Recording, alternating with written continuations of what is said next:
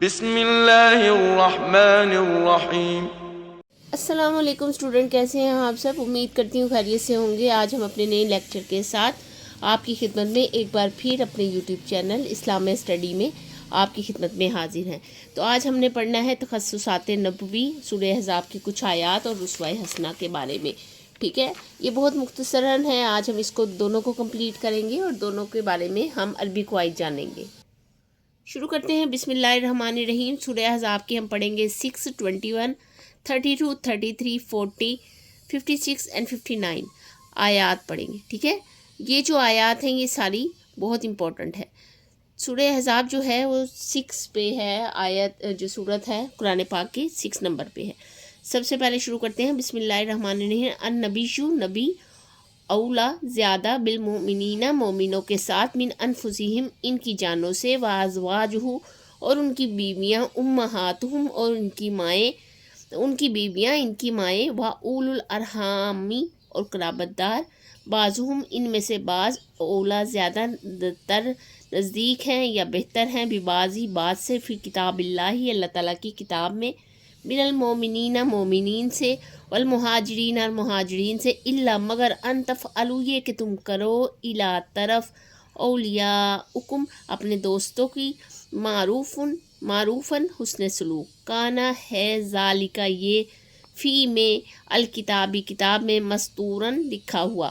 اب یہ سارے ورڈز میننگ ایک ایک کر کے آپ کو الگ الگ یہاں بھی بتائے گئے ہیں اور میں نے بھی بتائے ہیں۔ با محاورہ ترجمہ میں کیا آئے گا؟ محاورہ ترجمہ میں آئے گا مومنوں، نبی مومنوں کے کاموں میں ان کی جانوں سے زیادہ حقدار ہیں، ان کی بیویاں ان کی مائیں ہیں، یعنی نبی پاک صلی اللہ علیہ وسلم یا ان سے پہلے انبیاء جو بھی ہیں ان کی بیویاں ہیں، ان کی مائیں، ٹھیک ہے؟ ان کی مائیں جو بھی امتیں ہیں ان کی مائیں ہیں، اور قرابت دار کتاب اللہ کی روح سے عام مومنین اور مہاجرین کی بنسبت ایک دوسرے کے زیادہ حقدار ہیں، ٹھیک ہے؟ البتہ یہ کہ تم اپنے رفیقوں کے ساتھ بھلائی کرنا چاہو تو تم کر سکتے ہو، یہ حکم کتاب الہی میں لکھا ہوا ہے، ٹھیک ہے؟ آگے آ جاتے ہیں، اس میں کون کون سے قواعد موجود ہیں۔ ویسے تو آپ یہاں سے خود سے دیکھیں کہ یہ کون سا قاعدہ ہے اور یہاں پر کون سا قاعدہ اپلائی ہو رہا ہے اور اس میں کون سا حرف جر ہے، اس کے ساتھ کون سی حرف جارہ لگی ہوئی ہے یا کون سا ضمیر لگا ہوا ہے، ٹھیک ہے؟ اور یہ کون سا صیغہ ہے، یہ سارا آپ نے خود دیکھنا ہے۔ اب یہ جمع کا صیغہ ہے اور یہ اس کے ساتھ کون سا ضمیر لگی ہوئی ہے، ہو کی ضمیر لگی ہوئی ہے۔ باقی ہم یہاں پر جانتے ہیں کہ اس میں کون کون سے عربی قواعد موجود ہیں۔ فعل ماضی میں جو ہے وہ کانا ہے، فعل ماضی آپ کو پتہ ہے اس کی گردان بھی ہوتی ہے۔ فعل مضارع میں تفعلوا ہے، حرف جار کون سا ہے، با ہے، میں نے بھی آپ کو اوپر بتایا ہے۔ مرکب اضافی ہے، جو مرکب اضافی کون کون سے ہے، کتاب اللہ میں ہے، امہاتہ میں ہے، اولی الارحام میں ہے، بعضہم اولیاءکم، کم وغیرہ، یہ سارے مرکب اضافی ہیں۔ ضمائر میں کون سا ہے، انفسہم ضمائر ہے، امہاتہم میں ہم ضمائر ہے، جیسے ہم، اور ازواجہم میں ہو ضمائر ہے، یہ میں نے بھی آپ کو بتایا ہے۔ تشریح میں کیا آتا ہے، سب سے پہلے ہیڈنگ دیں گے مقام نبوی۔ اس آیت میں سب سے پہلے تو نبی کریم خاتم النبیین صلی اللہ علیہ وسلم اور اہل ایمان کے آپ اس کے رشتے کو واضح کیا گیا ہے اور بتایا گیا ہے کہ نبی صلی اللہ علیہ وسلم اور ان کے پیروکار کا آپس میں جو تعلق ہے وہ اپنی نوعیت میں بالکل ایک جدا گانا قسم کا تعلق ہے۔ جو رشتہ اور تعلق نبی اور اہل ایمان کا آپس میں ہے، کسی بھی رشتہ اور تعلق اس سے بڑھ کر ہونا تو درکنار اس کے برابر بھی نہیں ہو سکتا۔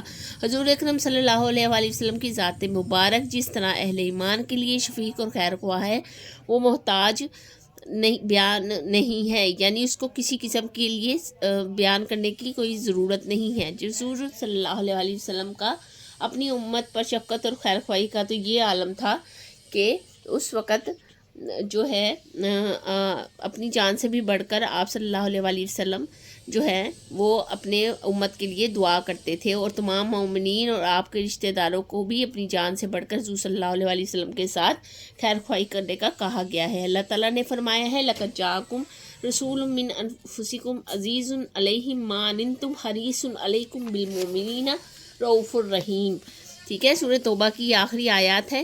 تمہارے پاس ایک ایسے پیغمبر تشریف لائے ہیں جنہیں تمہیں تکلیف نقصان دینے والی بات گراں گزرتی ہے، وہ تمہاری بھلائی کے خواہش مند ہے، وہ ایمان والوں کے ساتھ بڑے ہی شفیق اور مہربان ہیں۔ آپ صلی اللہ علیہ وآلہ وسلم کی محبت کی تمام محبتوں سے فائق رکھیں کو اور اپنی رائے میں آپ صلی اللہ علیہ وسلم کی رائے کو، اپنے فیصلے پر آپ صلی اللہ علیہ وسلم کے فیصلے کو ترجیح دیں۔ اس چیز کا حضور صلی اللہ علیہ وآلہ وسلم نے اس حدیث میں بھی ارشاد کیا ہے۔ کون سی حدیث میں؟ لا یؤمن احدکم حتی اکون احب الیہ من والدہ ووالدہ والناس اجمعین، تم میں سے کوئی شخص اس وقت تک مومن نہیں ہو سکتا جب تک اس کو اس کے باپ اور اس کی اولاد اور تمام انسانوں سے بڑھ کر محبوب نہ ہو جاؤ۔ اور یہاں پہ آپ ہر ایک ہیڈنگ میں دیکھیں گے تقریباً کہ یا تو ترجمہ ایڈ کیا گیا ہے حدیث کا، یا آیت کا، یا حدیث ایڈ کی گئی ہے۔ میں نے پہلے بھی آپ کو بتایا ہے ہر ایک اس میں کہ آپ نے ایک ایسا رجسٹر یا ایسا نوٹس بک بنا لینی ہے، یا ایسے اسٹکی نوٹس کو یہاں پہ چسپاں کر لینا ہے جس میں آپ حدیث کو ایڈ کریں گے۔ جب بھی آپ کا ایگزام ہوگا تو آپ نے اپنی تفسیر میں ان تمام احادیث، ان تمام آیات کے ترجمے اور ان تمام آیات کو پڑھنا ہے تاکہ آپ کو پڑھنے میں اور لکھنے میں اور یاد کرنے میں آسانی رہے۔ امہات المومنین کا مقام اور مرتبہ۔ حضور اکرم صلی اللہ علیہ وآلہ وسلم کہ اہل ایمان سے تعلق کا مذکورہ بالا خصوصیات کی وجہ سے ایک اور خصوصیت یہ بھی بیان کی گئی ہے کہ یہ وہ امہات المومنین مسلمانوں پر اس طرح حرام ہے جس طرح کہ ان کی حقیقی مائیں حرام ہے۔ اس ضمن میں یہ بات واضح رہنی چاہیے کہ یہ حرمت صرف نکاح اور احترام اور تقدیم کے معاملے تک ہے، ورنہ جہاں تک دوسرے مسائل کا تعلق ہے تو وہاں ان کا حکم حقیقی ماؤں جیسا نہیں ہے۔ مثلاً اس حکم کا یہ مطلب نہیں ہے کہ مسلمان اب امہات المومنین کے حقیقی بیٹے بن گئے ہیں، بلکہ ان کا مرتبہ مومنوں کے لیے ماں کے برابر ہے۔ اب وہ ان سے پردہ نہیں کر سکتی ہیں اور ان کے صاحبزادیاں مسلمانوں کی ماں جائی بہنیں بن گئی ہیں، ان سے نکاح نہیں کر سکتے۔ یعنی ان کا جو احترام ہے اس قدر زیادہ ہے کہ ہم ان کو اپنی ماں ہی تصور کریں گے، اور جو چیزیں ان پر لاگو ہوتی ہیں اور جو ان کے رشتہ داروں کی طرف لاگو ہوتی ہیں وہی اس کو لاگو کیا جائے گا۔ رشتہ داروں کے جو حقوق ہیں وہ ہیں اس آیت میں بعد میں آتے ہیں۔ عام مسلمانوں کے آپس کے تعلقات کی نوعیت کی بنیاد پر کیے گئے ہیں، اور یہ اصول واضح کیا گیا ہے کہ آپس کے تعلقات اس اصول پر قائم ہوں گے۔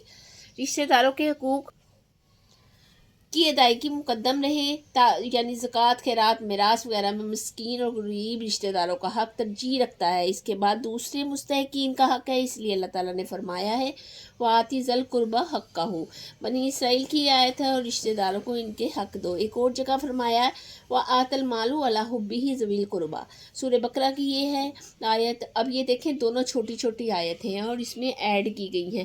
آپ نے بھی اس کو الگ سے لکھ لینا ہے۔ الگ سے لکھنے کا اس لیے کہا گیا کہ جب بھی آپ تفسیر کی تیاری کریں گے ایگزام میں تو آپ اس کو ایک بار رفلی سا بھی پڑھ لیں گے نا، تو آپ کے وہ ذہن میں رہے گا کہ اچھے سے یاد کیا ہوگا، تو آپ کو رہے گا ذہن میں، اور آپ وہ جہاں بھی ایڈ کریں گے اس کی آگے سے تفسیر بنتی جائے گی، اور آپ کا سوال جو ہے اور اس کا جواب جو ہے وہ بہت زیادہ انٹرسٹنگ اور انگیجنگ ہو جائے گا، جس سے آپ کا نمبر بہت اچھے آ سکتے ہیں۔ اور اللہ تعالیٰ کی محبت میں رشتہ داروں کو مال دیتے ہیں، اس لیے حدیث میں ہے کہ حضرت ابو طلحہ رضی اللہ تعالیٰ عنہ نے حضور اکرم صلی اللہ علیہ وآلہ وسلم کی خدمت میں حاضر ہو کر عرض کیا یا رسول اللہ، میں اپنی فلاں جائیداد اللہ کی راہ میں صدقہ کرتا ہوں، آپ صلی اللہ علیہ وسلم اسے جہاں چاہیں خرچ کریں۔ حضور صلی اللہ علیہ وسلم نے فرمایا خوب، یہ ہے، یہ کارآمد مال ہے، میری یہ رائے ہے کہ یہ اپنے رشتہ داروں کو دے دو۔ حضرت ابو طلحہ رضی اللہ تعالیٰ عنہ نے یہ جائیداد اپنے رشتہ داروں میں تقسیم کر دی۔ آگے ہمارے پاس کیا ہے؟ آگے ہمارے پاس ہے وراثت کا حق یا حق کے وراثت۔ ہجرت مدینہ کے کچھ عرصہ بعد مہاجرین اور انسان کے وراثت آپس میں دینی اخوت کی بنیاد پر تقسیم ہوئی، لیکن یہاں پر صاف طور پر بتا دیا گیا ہے کہ وراثت تو رشتہ داروں کی بنیاد پر ہی تقسیم ہوگی۔ البتہ اگر کوئی شخص احسان اور نیکی کے طور پر ہدیہ، تحفہ یا وصیت کے ذریعے سے اپنی دینی بھائی کو کچھ دینا چاہے تو وہ دے سکتا ہے، یعنی اس میں کوئی ممانعت نہیں یا کوئی بری بات نہیں۔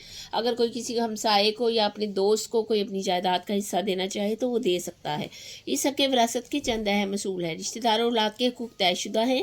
وراثت کے حق میں وصیت نہیں کی جا سکتی، 1/3 سے زیادہ جائیداد میں سے وصیت نہیں کی جا سکتی، یعنی آپ ایسا نہیں کر سکتے کہ اپنی ساری جائیداد کے حصے دار کو کسی اور کو بنا دیں، نہیں، آپ پہلے سے اپنے رشتہ داروں داروں میں اور اپنے وراثت کے حصے داروں میں آپ دیں گے اپنی جائیداد، اور 1/3 کا جو ہے وہ آپ پہ فل کنٹرول ہے، کیا وہ جس کو چاہے دے سکتے ہیں۔ منہ بولا بیٹا وراثت میں شامل نہیں ہے، وہ 1/3 وصیت میں شامل ہو سکتا ہے، یعنی اس کا وراثت میں کوئی خاص طور پہ حصہ نہیں ہے جس کو قرآن پاک کو یہ شریعت نکالتی ہے اس وراثت میں، اس کا 1/3 جو ایکسٹرا مال ہے اس میں حصہ بن سکتا ہے۔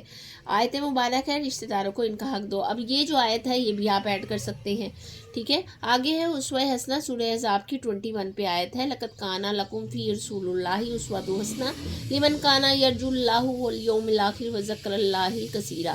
البتہ ہے تمہارے لیے میں رسول اللہ راستہ اچھا اس کے لیے جو امید رکھتا ہے اللہ اور روز آخرت اور یاد کرتا ہے اللہ کو کثرت سے۔ ترجمہ اس کا اگر آپ دیکھیں گے تو وہ آپ آرام سے دیکھ لیں گے کیونکہ ایک آیت ہی ہے، پھر بھی پڑھ لیتے ہیں۔ بے شک تمہارے لیے اللہ کے رسول صلی اللہ علیہ وآلہ وسلم میں ایک اچھا نمونہ ہے، اور اس شخص کے لیے جو اللہ اور روز آخرت پر امید رکھتا ہے اور اللہ کو بکثرت یاد کرتا ہے۔ عربی قواعد میں آ جاتے ہیں۔ کانا پہلے بھی فعل ماضی میں آیا ہے اور اب دوبارہ آیا ہے۔ ذکرہ بھی فعل ماضی ہے، فعل مضارع میں یرجو ہے، ترجو آ جائے گا، یرجو آ جائے گا، یرجونا آ جائے گا، یہ سارے فعل مضارع ہے۔ مرکب اضافی میں رسول اللہ ہے، مرکب توصیفی میں اسوۃ حسنہ، اسوۃ حسنہ یعنی اچھا جو ہے زندگی اور یوم الآخر اور آخرت کا دن۔ حرف جر میں لکم میں لا اور لمن میں لا الہ، ٹھیک ہے۔ ضمائر میں لکم میں لا اور حرف جر کم ضمیر ہے، ٹھیک ہے۔ یہ آپ نے الگ الگ لکھنا ہے، جب وہ کہیں گے کہ اس کی عربی قواعد بھی لکھیں یا اس کے قواعد میں لکھیں جو بھی اس میں موجود ہیں۔ تشریح اس کی بہت مختصر ہے، اس لیے ہی اس کو آج ایڈ کیا ہے۔ اسوہ حسنہ ہم بچپن سے پڑھتے آ رہے ہیں، ٹھیک ہے۔ اس میں آپ بہت کچھ ایڈ کر سکتے ہیں، بہت کچھ جو بھی آپ چاہیں ایڈ کر سکتے ہیں۔ اگر آپ کے پاس ٹائم ہوگا تو آپ نے ضرور ایڈ کرنا ہے۔ اسوہ حسنہ سے مراد کیا ہے؟ اچھا نمونہ ہے، اچھی زندگی ہے۔